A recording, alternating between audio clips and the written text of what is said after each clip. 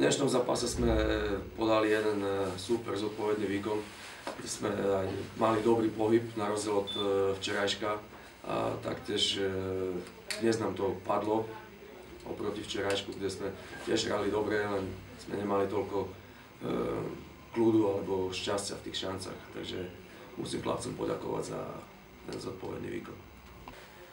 Tak oproti včerajšku sme lepšie branili to stredné pásmo a sme sa dostali do tých šancí a hlavne sme mali aj lepší pohyb oproti včerajšku.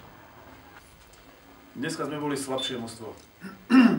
Súper vyhral, zaslúžene si myslím úplne.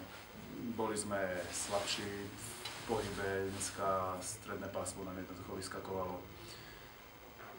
Lacné góly sme dostali po našich chybách. Nebolo to dobré, Súper bol lepšie, vyhral dneska zaslúžene.